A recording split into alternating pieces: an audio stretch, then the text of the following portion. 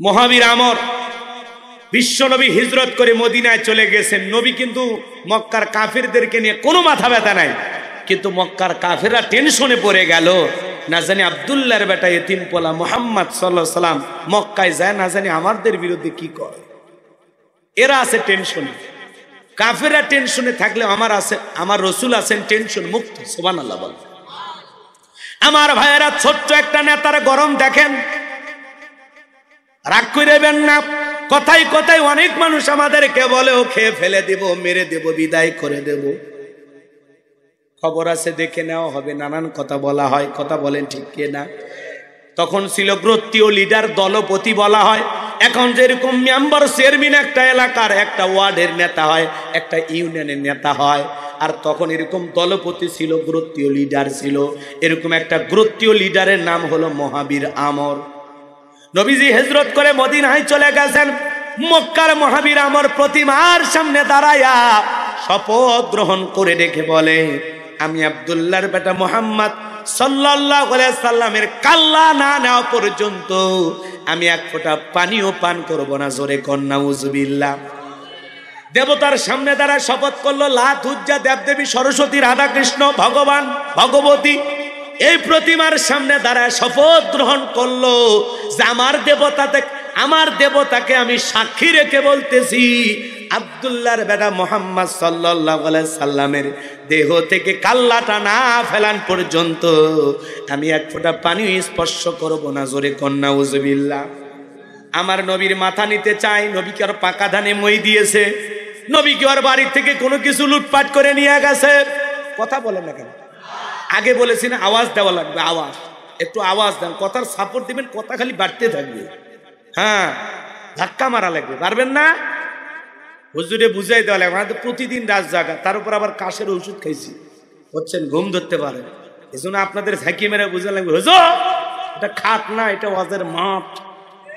কথা কয় না, দিল লাগে থাকবেন, কথা অনেক হবে, খালি জাগ্রত থাকেন আর জায়গায় রাখেন, দুটাই দায়িত্ব আপনাদের। আমার ভাইয়েরা ভালো করে বোঝার চেষ্টা করেন। নবীর অপরাধ একটাই, নবী কালেমার দাওয়াত দেয়, ইসলামের প্রচার প্রসার করে, তাওহীদের কথা বলে, রিসালাতের কথা বলে, এক আল্লাহর পথে মানুষকে দাওয়াত দেয়। ওরা বলে আমরা ৩৩ কোটি দেবতা মানি, তাই আমাদের জীবনে কত অশান্তি, আর এক আল্লাহ মানলেই নাকি শান্তি। কথা কয়, এত দেবতা মানি তাই আমাদের অশান্তি, আর এক আল্লাহরে মানলেই নাকি শান্তি। কথা কি বোঝেন নাই? ওরা তো জানে না সংখ্যা বেশি হইলেই ভালো হয় না। কথা বলেন ঠিক কিনা? যদি হওয়ার মতো একটাই হয়, একটাই যথেষ্ট। কথা বলেন ঠিক কিনা? আমাদের স্রষ্টা কয়জন? বলেন, আমাদের স্রষ্টা কয়জন? আল্লাহ বিশাল, তার পরিচয় আল্লাহ ছোট্ট একটা সূরার মধ্যে দিয়েছেন। কুল হুয়াল্লাহু আহাদ। হে নবী আপনি বলুন আল্লাহ এক, আল্লাহ দ্বিতীয়। তাহলে এই আয়াতের দ্বারা প্রমাণ হয় আল্লাহ কয়জন। এরপরে আল্লাহ বলেন আল্লাহুস সামাদ, আল্লাহ হলেন অমুখাপেক্ষী। আল্লাহু আকবার। এরপরে আল্লাহ বলেন আল্লাহ তাআলাকে কেউ জন্ম দেয় নাই, তিনিও কাউকে জন্ম দেয়নি, তাকে কেউ জন্ম দেয়নি, তিনিও কাউকে জন্ম দেয়নি। আল্লাহু আকবার বলেন। এবং তিনিও কারো কাছ থেকে জন্ম নেননি। বলেন আল্লাহু আকবার।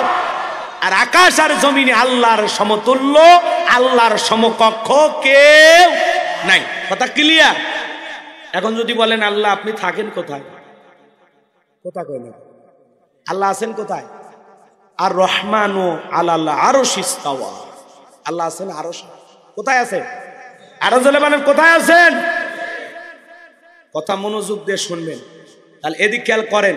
রসুলের অপরাধ একটাই, নবী কালেমার দাওয়াত দেয়, কোরআনের কথা বলে। এই জন্য নবীর মাথা আনতে চায় মক্কার একটা গোত্রীয় লিডার, ছোট নেতা, নাম হলো মহাবীর আমর। কথা ক্লিয়ার? আমার বাবাজিরাম, শপথ গ্রহণ করে যখন দলবদ্ধ হয়ে বিশাল বাহিনী নিয়ে মদিনার পথে রওনা করলেন, এই খবর আল্লাহ রাব্বুল আলামিন নবীজির পবিত্র কান মোবারক পৌঁছায় দিলেন। নবী গো, মক্কার মহাবীর আমর আপনার মাথা নেওয়ার জন্য রওনা করেছে। ও নবী, আপনার মাথা নেওয়ার জন্য মক্কার মহাবীর রওনা করেছেন। এই খবর যখন নবীজি আমার জানতে পারলেন, তখন টেনশনে পড়ে গেলেন, কি করা যায়, কি করা যায়। কাছেই বসেছিলেন হযরত ওসমান, আশেপাশে অনেক সাহাবী বসেছিলেন। নবী ডেকে বলে, আমার সাহাবীরা, মক্কার মুহাজির আমার মাথা নেওয়ার জন্য রওনা করেছে, তোমরা বলো কি করা যায়। বাজান গো আমার, একটু মনোযোগ দিয়ে গুনাহগারের কথাগুলো শোনার বোঝার চেষ্টা করবেন। হযরত ওসমান ডেকে বলেন, নবী গো, আপনি আল্লাহর কাছে দোয়া করেন, আপনি আল্লাহর এত বড় নবী, আল্লাহর কাছে দোয়া করলে আল্লাহ অবশ্যই দোয়া কবুল করবে। আপনার কাছে পৌঁছার আগে যেন আল্লাহ পাক আমরের হাত পা প্যারালাইজ করে দেয়, সেজন্য আপনার কাছ পর্যন্ত পৌঁছাইতে না পারে।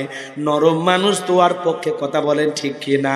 হযরত ওসমানের কথা শুনে নবীজি হাত তুললেন, দোয়া করতেছেন, আল্লাহ মক্কার মুহাজির আমার মাথা নেওয়ার জন্য রওনা করেছে, আমার কাছে পৌঁছার আগে যেন জমিন থেকে বিদায় হয়ে যায়, ওর হাত পা আপনি প্যারালাইজ করে দেন। দোয়া করতে দেরি, আসমান থেকে আল্লাহ জিবরাইলকে পাঠাইতে দেরি করলেন না। জিবরাইল এসে বলে, নবী গো, দোয়া কবুল হবে না। নবী তখন হাত মুখে না নিয়া হাঁটুর উপরে রেখে দিলেন। আমরা অনেকে মোনাজাত করি, হাত তুলে এরকম দড়ি পাকায়, কথা কয় না। আবার অনেকে মোনাজাত করার সময় এরকম পিসার মাপে, কথা কয়। আবার অনেকে এরকম চুপচাপ ধরে থাকে। আবার যুবকেরা যারা খুব চালাক, হুজুর দোয়া করতে থাকে হাত তুলে না, চুপচাপ বসে থাকে। যখন বলে লা ইলাহা ইল্লাল্লাহ মুহাম্মাদুর রাসূলুল্লাহ, হুজুর আজকের মুনাজাত সেই হয়েছে, দোয়া ধরছিল। এরকম চালাক আছে না? না, হ্যাঁ, সুন্দর করে মালিকের কাছে এইভাবে দোয়া করে, ঠিক আছে? কিভাবে? এই যে এইভাবে। পারবেন না ইনশাল্লাহ? আল্লাহ আমাদের বোঝার তৌফিক। এরকমও করব না, এরকমও করব না, এরকমও করব না, ঠিক আছে? আদবের সহিত চাইবো কার কাছে? সব চাওয়া পূরণ করে দেওয়ার মালিককে। আমার বাজানের আর হৃদয়ের কান পেতে কথাগুলো শোনাবেন। জিবরাইল এসে বলে, নবী গো, দোয়া কবুল হবে না, হাত নামান।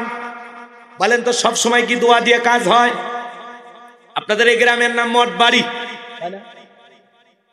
এই গ্রামে মনে করেন চুরি হইতেছে প্রতিদিন, গরু ছাগল চুরি হয়, গহনা গাড়ি চুরি হয়, সুন্দরী বউটা পর্যন্ত চুরি হয়। কথাকে বুঝছেন? উদাহরণ দিতেছি কথা বুঝানোর জন্য। একজন আল্লাহর বান্দা 10 কেজি জিলাপি ধনবাড়ি বাজার থেকে নিয়ে আসা, ইমাম সাহেবের হাতে এসে নামাজ পড়ে দিয়ে বলতেছে, হুজুর একটু দোয়া করেন, চোরের হাত থেকে যেন মঠবাড়ি আমবাড়ি মানুষকে আল্লাহ হেফাজত করে।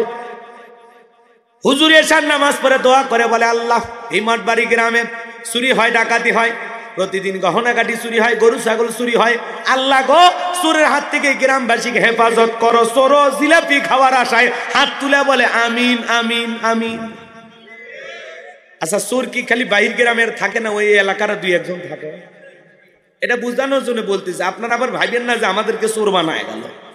এক জায়গায় ওয়াজ করে বিপদে পড়ছিলেন, বাদশার নাম কইয়া একজন খুঁটি ধরে যায় না, কয় হুজুর আপনি বারবার বাদশা বাদশা বললেন কেন? আমি সেই বাদশা, আমি কি এই পকামগুলো করছি হুজুর?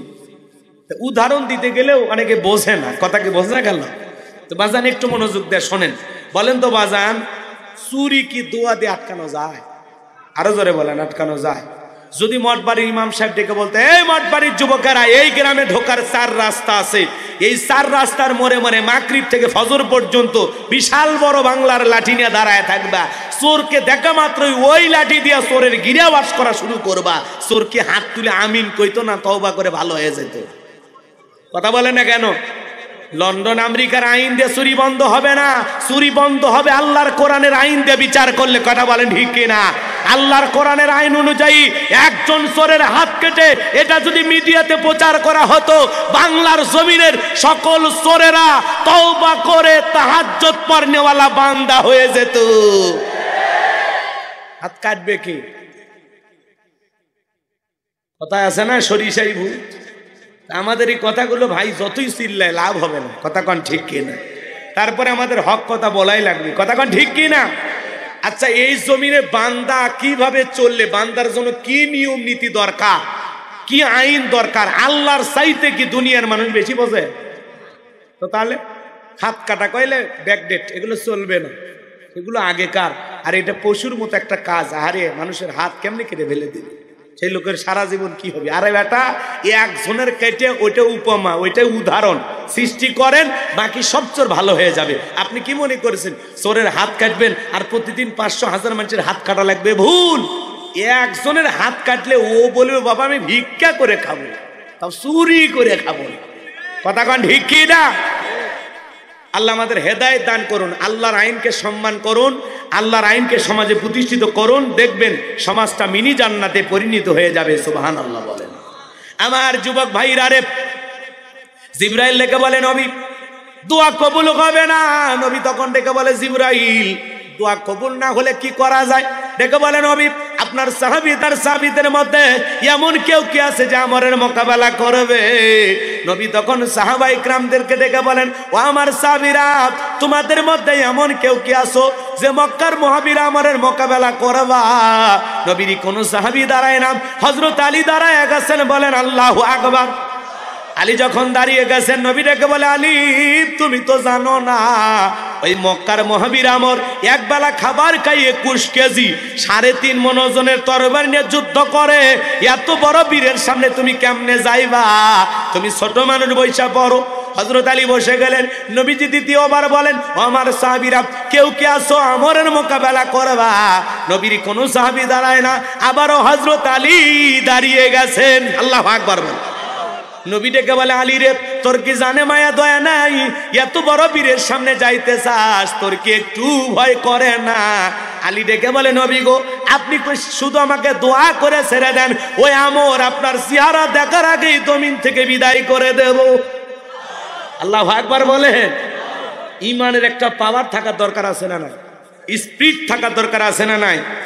যে ইমান প্রয়োজনে জ্বলে ওঠে না, যে ইমান সত্য ন্যায়ের কথা বলে না, যে ইমান অন্তরে নাই, যে ইমান অন্তরে নাই, মুখে ফোটাই কথার কলি, কিভাবে তারে বলো ইমান বলি, কিভাবে তারে বলো ইমান বলি। যে ইমান প্রয়োজনে জ্বলে ওঠে না, যে ইমান সত্য ন্যায়ের কথা বলে না। আমার আবা বলেন, বোবা শয়তান হলে হবে না, হক কথা বলা লাগবে। বাজান গো আমার, গভীর মনোযোগ দিয়ে কথাগুলো শুনে যান। এইবার হযরত আলী দ্বিতীয়বার দাঁড়িয়ে গেলেন। নবী বলে আলী বসে পড়ো। হযরত আলী বসে বললেন। নবী যখন তৃতীয়বার বললেন ও আমার সাহাবীরা, তোমাদের মধ্যে এমন কেউ কি আছো যে আমরের মোকাবেলা করবা? নবীর কোন সাহাবী দাঁড়ায় না। তৃতীয়বারও হযরত আলী দাঁড়িয়ে গেছেন, বলেন আল্লাহু আকবার।